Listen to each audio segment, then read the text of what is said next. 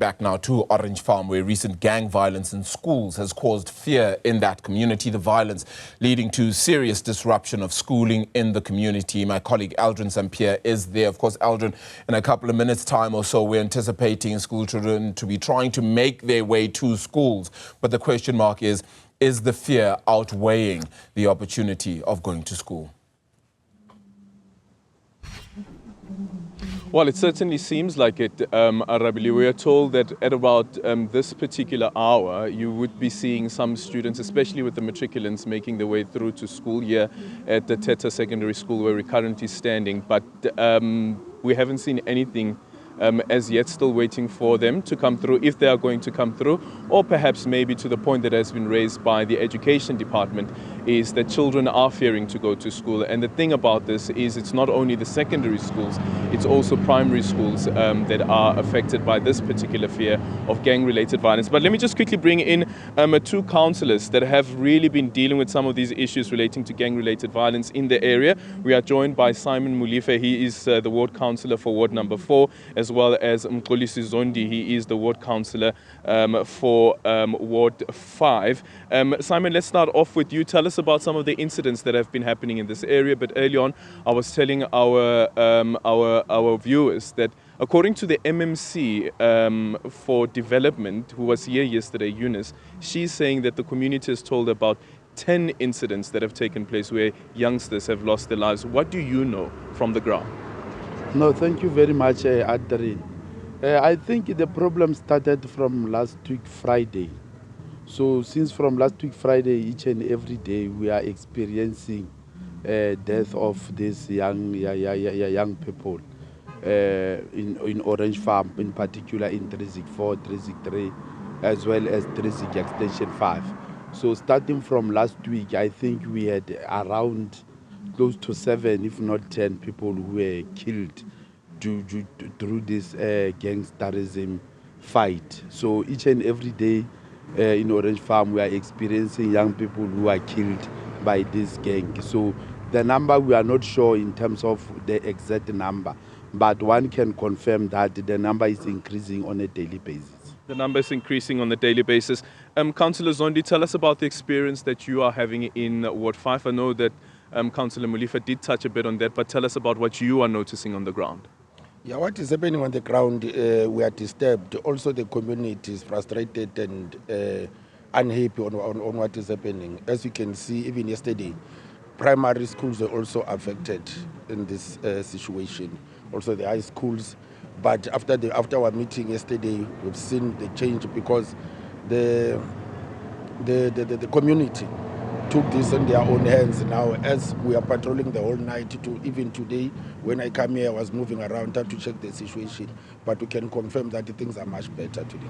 But what brought the community to where it is currently? Why are we seeing this level of violence? And I was saying earlier on as well that according to the crime stats for the third quarter, this community of Orange Farm has been labelled the murder capital of Gauteng.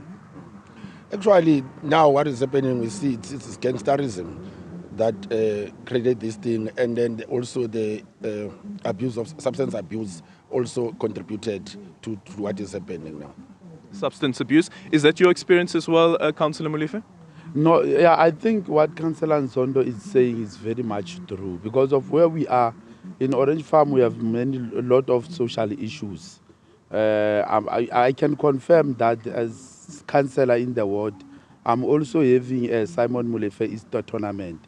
Because of the tournament is trying to ensure that at least we keep these young people busy, especially during the holidays of the Easter, as well as trying to ensure that during the weekend, these young people are doing sports and all those things. But with the situation as we speak right now in Trizik, we are even trying to postpone the tournament because of on the weekend we'll be having a lot of people on that particular tournament, and these young people, others, they will be buried this coming Saturday. So they will be running the street with all the sort of weapons, the panga, the knife and everything. So where we are even afraid that we continue with this tournament, everything will just be a mess in our area. But I can confirm to say drugs is one of the issues that are contributing to the gang violence, as well as the initiation school in Orange Farm. Yeah. We have these young people who are going to the initiations, and then when they come back here, they now start to form the gangsterism group, and then they start to fight each other. Yeah. We've also heard, specifically with these incidents of the violence that is taking place, you're now speaking about the initiation schools and the kidnappings that will be happening. But what about law enforcement? Where is law enforcement in all of this? You can't have a situation where you have, even at the estimate of the MMC, 10 young people losing their lives. Yeah, I think the law enforcement, even if they are present, but in terms of the resources and the number of the police that we are having versus the number of the gangsterism, I think that's one of the problems. That is why it is very much important to have a collaboration between the police as well as the JMPD. Because of during the course of the day, the police themselves, they are unable to do these things. Because if you go to the police station, you will find that in terms of the vans that are there, they are limited. So now that is why we are saying we are also calling upon the city of Johannesburg to come and assist, especially during the course of the day, even in the morning, because of now children are afraid to come to school because of they don't know what might happen. If you can understand, on Monday, one of the incidents, the learner was stabbed inside the staff room, just inside the school. So you can see that inside the school. So you can see that our children are not safe, in particular within the school. That is why the community had to take a decision to say, as the community now, we need to come in and patrol the schools, because of we have patrollers, but the patrollers will patrol from 5 p.m. until 10 p.m. at night. But we have taken a resolution as a community to say the patrollers must also come even during the course of the day. We patrol inside the school, we patrol around the surroundings of Orange Farm in particular. Because of this thing is not actually happening only here in Teta Secondary School. It happened yesterday at Volanindlela, where we were with the MMC of Development Planning, MMC Eunice Mutlina. So when she was having that program, then the stabbing took place inside the school at Volanindlela. It would seem as well to me, Councillor Zondi, that if you take into consideration the incident of Busiso, the 18-year-old who was killed, who his sister said she heard a sound of people attacking somebody and later found out that it is a brother, that the brother himself is also accused of being involved in criminality.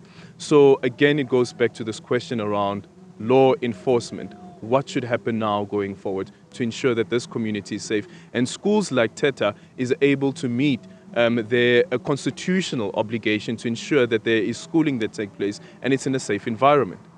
Yeah, now what we're appealing to the law enforcement is that they have visibility. We must have the JMPD, the subs to move around, because if they are visible, these young boys, they tend to hide themselves. But now we spoke to station commissioner requesting that we need the visibility of the police, but I can confirm last night and we see the visibility of the police. Yeah. But since these incidents have happened, have you heard of anyone that has been arrested? Not yet. So what does that tell us about the police's failure when it comes to apprehending suspects? Yesterday, what we spoke about with the station commissioner is that most of these incidents took place, but the people that are affected, they don't want to open cases, because the police, they cannot just arrest if there is no case that has been opened. We're also appealing to the community, the people that are affected, please, they must go to the police and open cases so that the police we cannot say they are failing, because they cannot arrest if there is no one that lay charge against such. Well, it might be the fear, because even the children fearing to come to school. But thank you so much for your time. Councillor Zondi there, as well as Councillor Mulife. The councillors in some of the areas that have been affected by the ongoing gang-related violence here in Orange Farm. Just quickly want to remind you of the poll that we are running today. So we're asking you, what measures do you think would be best address, what measures do you think would best address teenage gang violence in our communities? These are the options that we have for you. A boost for police presence, family support services, school programs, or do you believe that maybe more job opportunities? Scan the QR code, it will take you to the landing page. Once you get to the landing page, choose any of those 4 options there. Boost a police presence, family support service, a school program.